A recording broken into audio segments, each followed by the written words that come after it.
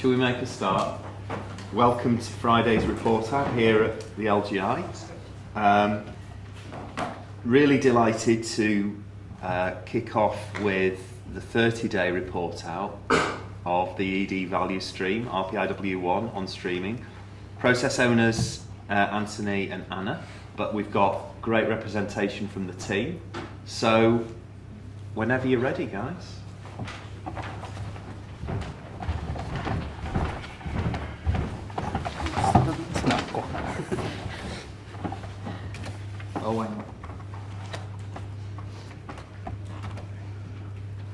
Hello, my name is Anthony. I'm the joint process owner for RPIW. And I'm Anna, and I'm the other process owner.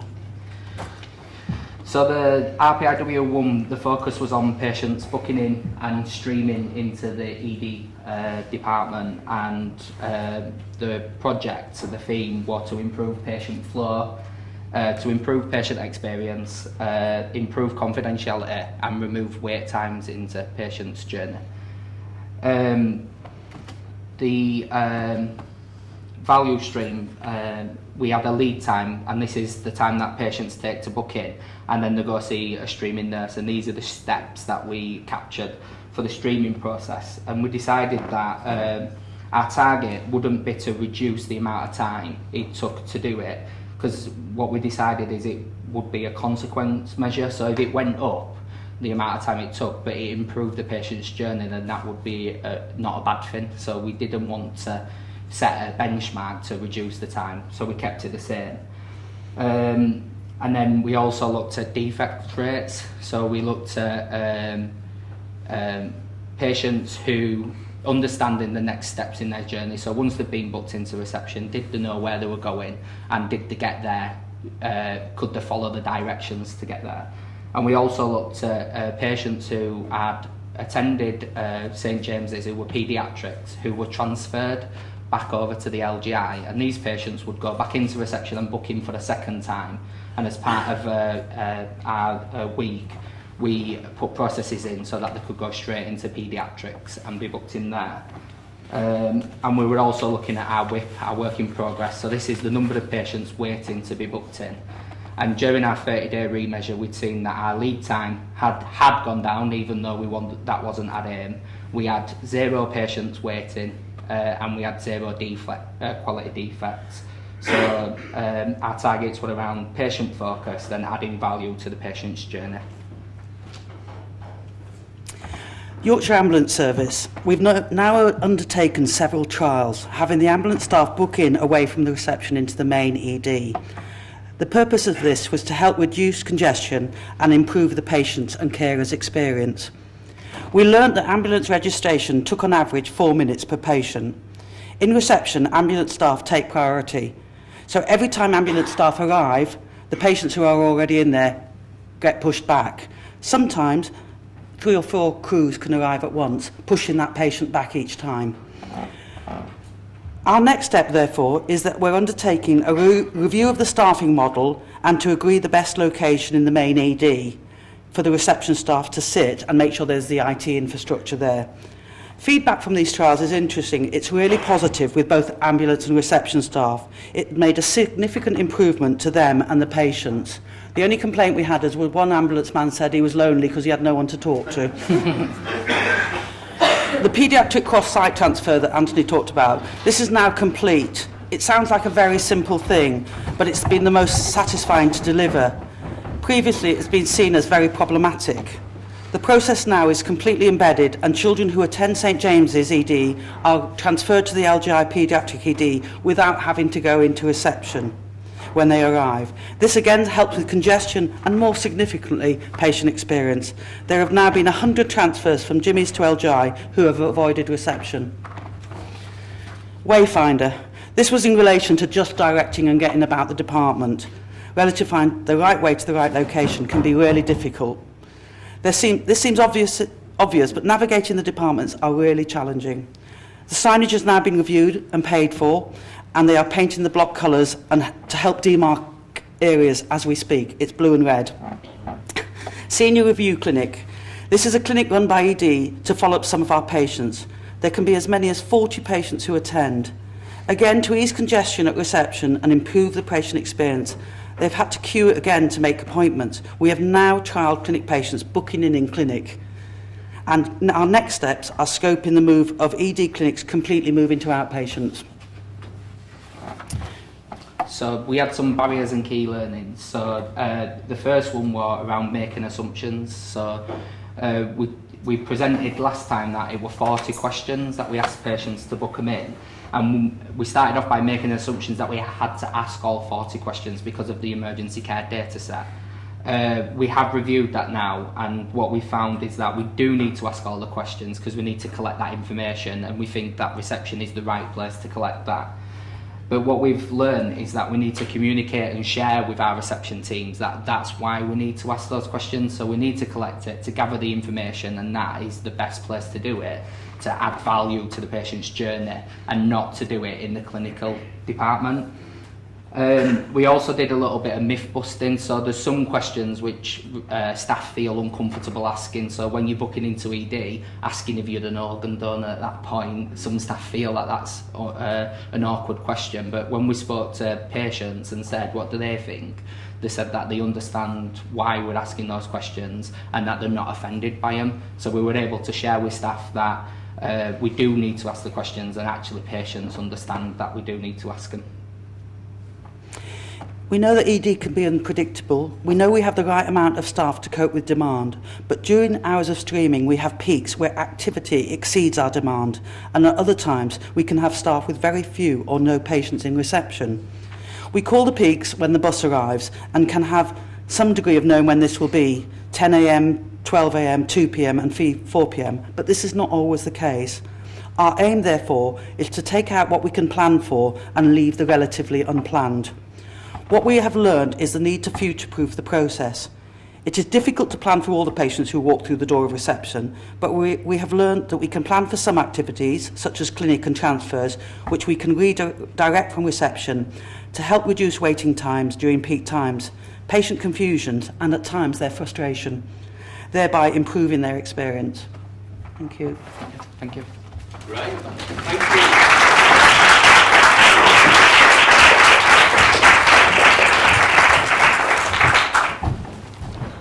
That's great. Thanks very much, Anthony and Al. That was great. If you can contain yourselves, we'll get questions at the end, because there's plenty. I know more. I'm sure I want to ask you. I'm sure others want to ask you about the progress you're making and the great work that's going on there. Good. Okay. So next up, it looks like this is. Slightly different to my agenda. Is this a new? We've just added a name on there. Is this a new addition? Yeah. So we've got. This is good. This is Julia Thorpe and Emma Oates. Development of single point of access for adult specialist diabetes. So, Julia, Emma, over to you.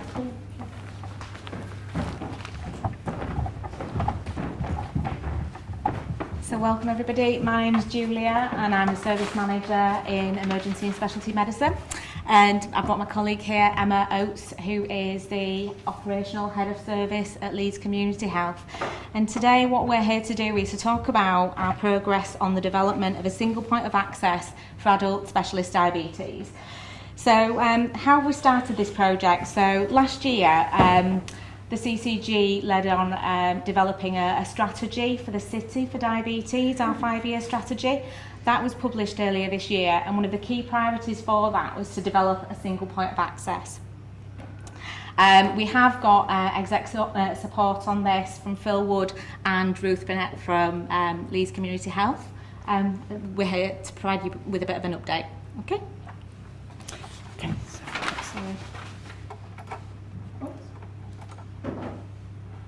Okay, so at the end of February, early March, we held 3 intensive workshop days using a rapid improvement approach and brought together a wide range of key people involved in providing diabetes services in Leeds, and also patients with both type 2 diabetes and type 1 diabetes.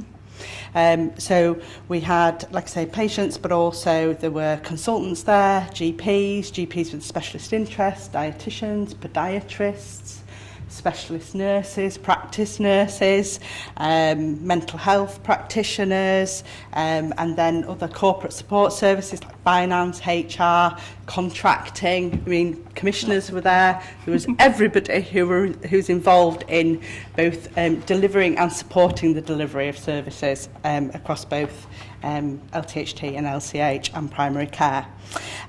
So, like I say, we were brought together for 3 intensive days, locked in a room together. And over those 3 days, we moved from being feeling like very distinct, separate services to a group of really motivated individuals who were committed to moving forward in a more collaborative way. To work together around addressing the barriers, around creating a single point of access for patients and a more integrated, collaborative way of working to care for our patients in Leeds. So part of the results of that came out of the day was to have a vision that we're all working towards, and that is to deliver the best care and support for people at risk of or living with diabetes in Leeds. So our strap line going forward, our brand will be Diabetes Leeds One Team. And the objectives that sit behind how we're going to be that one team, there was a set of sort of 9 actions that we're going to focus on taking forward. And they are to put patients at the centre, to work across Leeds to provide excellent care, to develop a service that staff are proud to work in Diabetes Leeds, that those staff meet together regularly, that we respect our colleagues and look after one another, that we share our resources and expertise, that we explore rotating posts across community acute primary care, that access to our teams is really simple, and that we use technology to enhance our care. So they were the main things that came out of the sessions. So in terms of what we'd agreed to deliver, so we'd agreed to launch our single point of access, the front-facing platform, in September this year. We've created, and we've also committed to kind of work together with across our services to develop the work in terms of looking at what it is that we're currently delivering across both organisations, looking at what we do in terms of overlap and looking to combine our resources to use them more efficiently.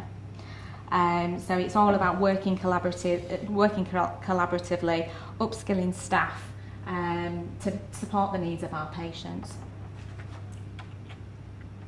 So what we've done so far, essentially we've set up a number of working groups that formed from the workshops earlier this year. We understood some of the challenges and barriers around developing a single point of access, and it was around people and purpose. What does that look like? What does that mean? And that's talking again about the workforce, what skills are required to support the delivery of this service. The pathways and quality standards, appreciating that there are certain things that we've always done because that's the way that we've done it and not necessarily the right thing for patients, so that's something that we're passionate about getting right. So one of the work groups is looking at that. And triage, how can we learn from each other? So what we're doing in Leeds Teaching Hospitals and what's happening currently in Leeds community are very different, so what can we learn from each other and how can we improve that?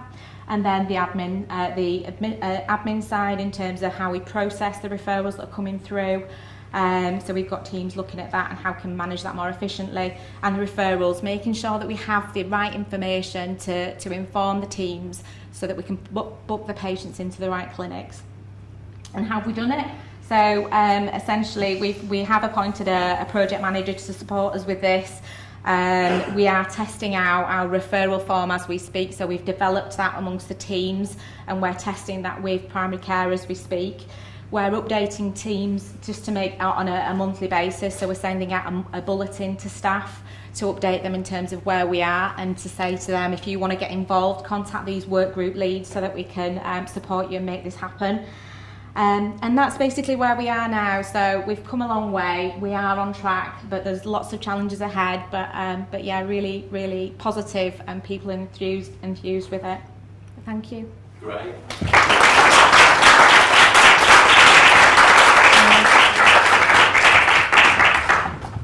great. Thanks very much, Julia and Emma. It's really good to see the collaboration between LCH and ourselves on this service. And I hope, Emma, the word's getting out about the improvement work and that that's something that's happening now across. Number of services. Yeah, which is really positive. Yeah, no, that's great. That's really good as we work more as a city on a range of services and patient pathways. Okay, fantastic. Right, and again, hold your questions for Julia and Emma because I'm sure there'll be some. So we now move to, which is great, we've got 3 Lean for Leaders certifications. So I'd like to start by asking Emma to come out, Emma Horn, to come out to collect your certificate, Emma. Emma's a sister in neurocritical care. Really well done, fantastic achievement. Round of applause.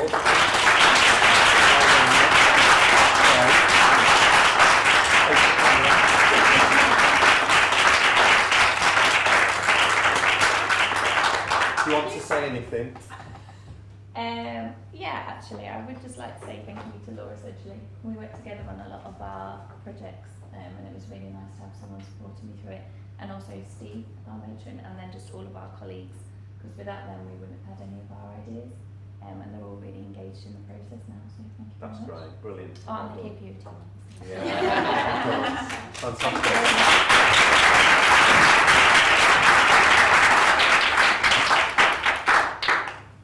Excellent. And next up is Laura Sedgley.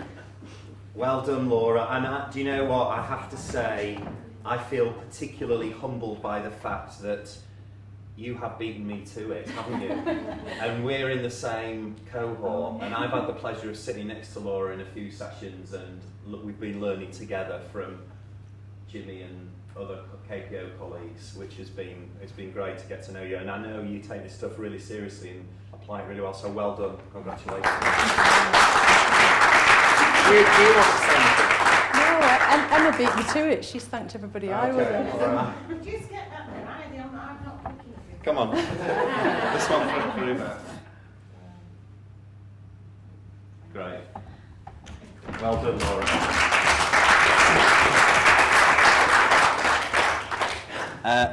We've got Katie Houseman, Specialist Pharmacy Technician, Medicines Management and Pharmaceutical Services. So Katie, well done.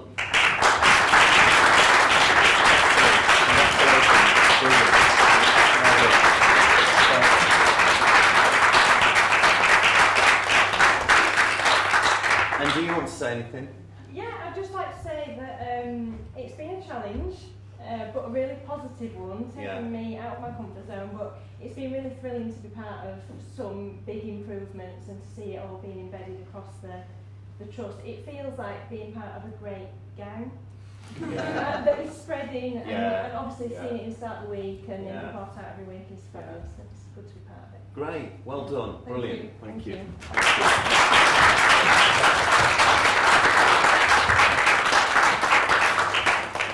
I think doing that always, it's so inspiring, and it also, I think, and I'm looking at some of my colleagues, about our kind of yes. So it is great and really well done, given the jobs you do and the pressure that you work under, and the putting the discretionary effort into this. It really is appreciated, but it's making a difference for our patients, which is fantastic. So, time for Q&A. So, reminder, we had a really good 30-day update on the work in ED, on streaming. And then, of course, we heard about the great partnership working in diabetes. And then, of course, our Lean for Leaders. So, time for questions, comments. Jimmy? I just started getting early. Helen Gilbert's telling sends her apologies for not being here. She's teaching this afternoon, and for Lean for Leaders, she's teaching elements of daily management, production boards and the like, to some of the senior people in our organisation. So we're sharing the learning in a different forum. I'm not sure if they've got to do homework after the session, but I'll leave that at her discretion. So apologies she's not here. She just wanted me to extend her congratulations to our Lean Leaders colleagues for their certificates. Yeah. And also, we know because the ED team shared in good time their presentation, so we know what their numbers at least look like, and Yeah. just really impressed. So that's from Helen Gilbert and Helen Rowley. Well done. Tough stuff, but great to see. So Excellent. on behalf of colleagues there. That's great positive reinforcement due from the KPO team, who I know are offering an awful lot of support and encouragement to the value streams and League Leads participants. Okay, good. So, any other comments, questions, Steve? Yeah, it's just sort of ranting Anna, because one of the things that really chimed with me was that ability to question what we do and say, do we have to do it? So you mentioned about the return clinic where those patients are booking in at reception just because we do that, and you said, well, actually, was that a difficult thing to change? Yeah. I just wanted a little bit more about that, because that was really interesting to me.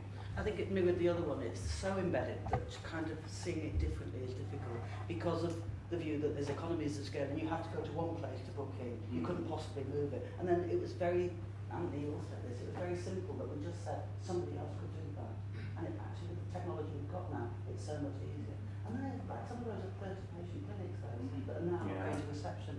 So even if you just think of the ambulance men, the people booking clinic, then they have to be in clinic, then they have to come back and do another 20 minutes to get their appointment. So all that has changed. It was difficult, but it was so easy to fix.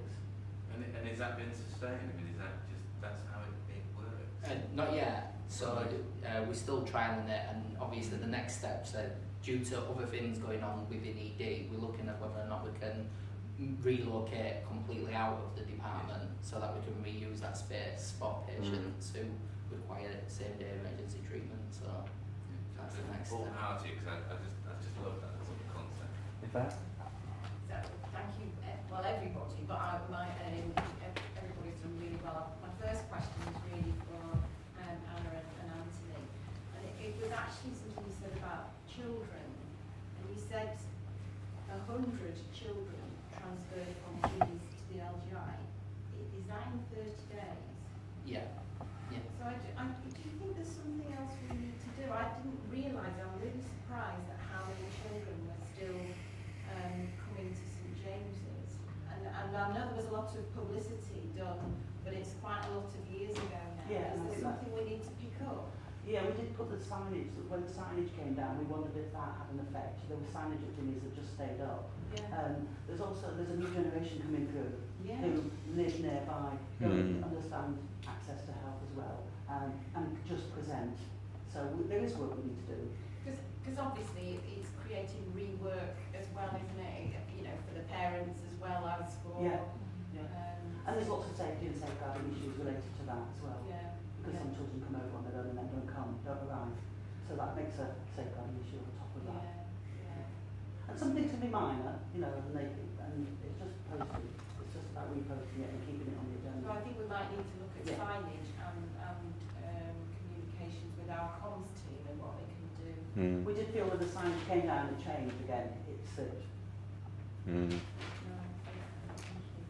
And my other question was really for Julia and Emma, which I know it's a huge piece of work, and Phil would apologise for not being here today, but he is on an interview panel for consultants, which he's running all there. But in terms of the patients with diabetes, is this for patients with both type 1 and type 2?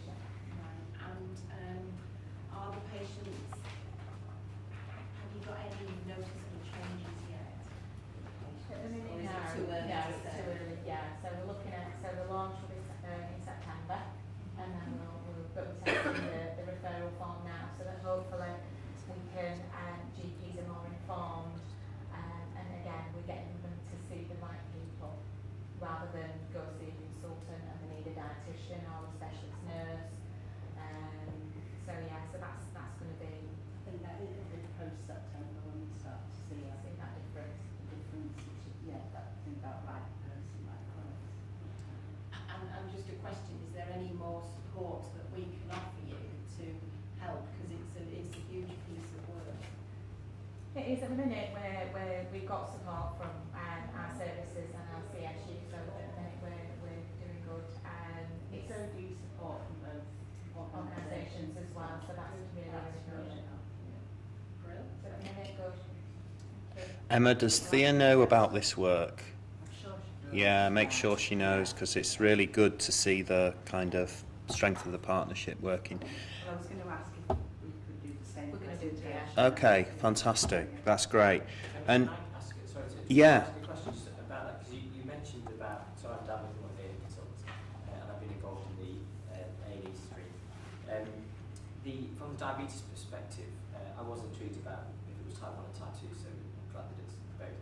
But you mentioned access being simple, and I just wanted a bit more clarity on what that means, and if there is any scope in your work about ED avoidance and direct access for diabetic patients. Yeah, I'm sure that is. So essentially it'll be a front end where it'll be primary care accessing this the service. However, we've got internal referrals to the diabetes team anyway, so we can kind of work together and make sure that's strengthened. But essentially it's that. I think the initial focus has been on making it simpler for primary care. Yeah. So I think this has come part of the kindness perhaps has been about difficulty presented to GPs about where do I refer somebody with diabetes when there's separate services. Yeah, is it at HT, is it with community, is it dietetics, is it podiatry, is it community diabetes team? As opposed to bounced about across the services because they've not been managed as one. So the biggest development there is having one referral form for primary care, and it's using a DART form, which is a slightly different way of referring in that guides the GP through to almost pinpoint exactly what the patient needs, like ask some prompt questions almost, rather than just getting like a dump of information for a triager to pick through and think what they actually asking for, what help the GP and the patient asking for, so it helps guide it through better to get people to the right place first time. But yeah, I think we probably need to think more about internal referrals. And I was just thinking about, that where do they need to be at the right time? Does it need to be today or not? And if it does, is there that access? Yeah, and that's what we have. Essentially, we've got a phone line that's available, and we're looking at how we can improve that and support it. Okay, good. Anthony, I think 30 days ago when you did the first report out, and I think Ronnie was here at the time, wasn't he, on reception, the 40 questions, which was interesting what you said about that. So it still seems like a lot of questions, but having done that, obviously that further work on it, we need to ask them all, do we? Yeah, and it looks like there's an upgrade where we might possibly have to ask more. Really? Yeah, so we'll have to Gosh. review the emergency care data set, and Right. a new update's being released, and Yeah. we may need to ask more questions. So I think at some point we will need to ask, well, is there a better way of collecting it? To book a patient in and ask 40 questions. Yeah, I've got Steve and Jimmy wanting to come in. Just to follow up on that, bearing in mind the conference have just been at, so there's a lot of interest in getting patient-populated data Yeah. that will be available before the patient arrives. So although there's a certain level of questions data that we need to have as part of the patient record, there's nothing to stop the patient populating. We already have that in some areas, sort of in little hotspots around the region. But what there's real interest in developing a really comprehensive suite so that every patient will have the opportunity of having answered those questions, whatever. So it's just a lot easier, a lot faster to get through to what are really there. Yeah. Yeah, I think as well, if we had a system where patients could book in, it wouldn't be all patients, because some would still need help. But even if 50% of patients booked in, Yeah. filled that in themselves, Yeah. that would reduce the queues for the receptionist. Right. For those You could patients filter who them need help Yeah. booking in, so that it is Yeah. definitely something we would look at and explore. Okay. Jimmy? Steve, where in your, we've got Taj and others around, is it really necessary, those 40 questions? I mean, I haven't got the details around They're part of the NHS digital ECDS, so I think they're But this, I know, but I think what we actually need to do is challenge that. You know, I think it's because when we actually ask NHS to just, what do you do with all that? They can't answer it. There is forums for that, to be fair back to, because I know that the injury data set, which is part of the ECDS, has been challenged quite a bit nationally as to, you know, it's poorly filled out because there's too much data. So I think that is being reviewed. So yeah. I think we need to join in. Yeah. We're a big trust, we've got a big voice, and we can use it. Yeah. Jimmy? Yvette has asked the question that was in my mind, which is simply about which of those questions add value to our customers. Yeah. So if it's mandated to us, then we are currently bound by that. We are a voice. And Yeah, our yeah. customers have a voice, and perhaps that's our responsibility to challenge back. Part of the Leeds improvement method is if you as a value stream come across issues that are obstacles that relate to policy, so policy being 40 questions, then escalate them to us as a guiding team. We can then have the conversation with our colleagues in NHS Digital to say, justify to us why our teams need to collect all this data, because our improvement work suggests that it's not adding value to patients. So maybe, Anthony, as an opportunity, in a positive way, to maybe, you know, have a little look at some of that and think about that, and, you know, ask I'm sure Ronnie won't be short in coming forward with his views, will he, about that stuff? So yeah, but it is, you know, we as Yvette, Jimmy said, we can have some influence on how national policy works, but that's one example. I'm sure there are many others. I just think a driving force for that as well is, so these questions are asked at reception with somebody stood directly behind them, so they're sharing a lot of their information with lots of people, and that can't be the right thing. No, absolutely. Yeah, absolutely. Okay, any other questions or comments? Just a comment, really. Yeah. In terms of Emma and Julia, whilst we have obviously a really high population in Leeds living with diabetes, I was really interested to hear. I believe that we did have some service users present during the workshops. I'm interested in the influence that they had on the work streams, and we kind of continue to involve service users in our plans and our work streams kind of going forward, really. Yeah. Really, really cool. Yeah, we're going to present at a patient forum in November. Good. Good.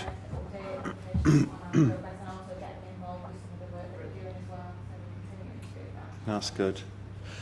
It's a really important point, isn't it? Because I think we've found that where we get patients involved in the value streams and the RPIWs, they really do help and bring an important perspective. Lisa. So hi, I'm Lisa, I'm the Chief Nurse for those who've not met before. So really interested around your relationship with Yaz, isn't it? Sorry, I've come from Liverpool, so I'm used to NWAS, so I'm just getting used to struggling. So I'm really interested in how that approach, and they sound that they're really engaged. And so do you involve them in those discussions around when you're mapping out your Yeah, we did, and they were very flexible, because sometimes we had to change the time, and they literally, I would go and stand outside and meet the ambulance and says, can you come in here? And they go, yes. In our first report out, we talked about an incident where sometimes they have to take the patient's relative around to reception, and it's a really difficult situation for critically ill patients in a sudden dramatic to go and then queue up in that area. They don't queue up, but they're exposed, and the asked feedback on that was that felt so much better than taking that patient round, keeping them there, and they get more information, they have more time, and it's less intrusive. Will you go on collecting their feedback? Yeah, we're going to try it again, but we're actually going to do a proper survey, because it was just anecdotal at that point, and the reception. The only negative was he missed chatting to the receptionist. That was the only thing. Thank you. Okay. Is that everyone then who wanted to? Great. Well, thank you very much. That's been really good. It's great to see the work. Actually, there was one question I wanted to ask to the Lean for Leaders participants, which was your favourite module? Did you? Yeah. Yeah. We don't have one in our department, so it was the Virgin People Link board. Yeah, And yeah. It's had many versions. Yeah. But that's been challenging to do, but really enjoyable, and to try and engage all the rest of the department, because I'm the only Lean for Leader in my department, so trying to get everyone on board has been interesting. Yeah. But the People Link has probably brought all that together, actually. Great. So it's been a really good visual sort of statement of what we're all about. That's great. Yeah, that's really good to hear. And that point about bringing your colleagues with you, we found that with Lean for Leaders participants, it has an impact beyond the individual because they work with their teams to draw everyone in. This is great. Laura? I think probably either People Link or the huddle board were probably my favourite ones because they involve the team a lot more, and I think as a Yeah. staff felt much more natural. Yeah. Looking back, I think the ones I got the most out of were the earlier ones about time management. So I mean, absolutely out of my comfort zone, and I really struggled with it initially and thought I'm never going to get over this. But Yeah. the latter ones really brought the team along with us, didn't they? Great. I'd say probably all of them for us, because Yeah. we brought a different project out of each of the work that we've done, and the first ones we've then transferred onto the RPIW stuff that we've done as well. So. Great. That's good. Excellent. Terrific. Thanks very much, everyone. Spread the word about report outs, because it's an open invite to teams. Anyone's welcome to come along and hear about the great work that's going on across the whole trust with the Leeds Improvement Method, and any improvement work that's happening that's making a difference and ultimately adding value for our patients. So great stuff. Thanks very much.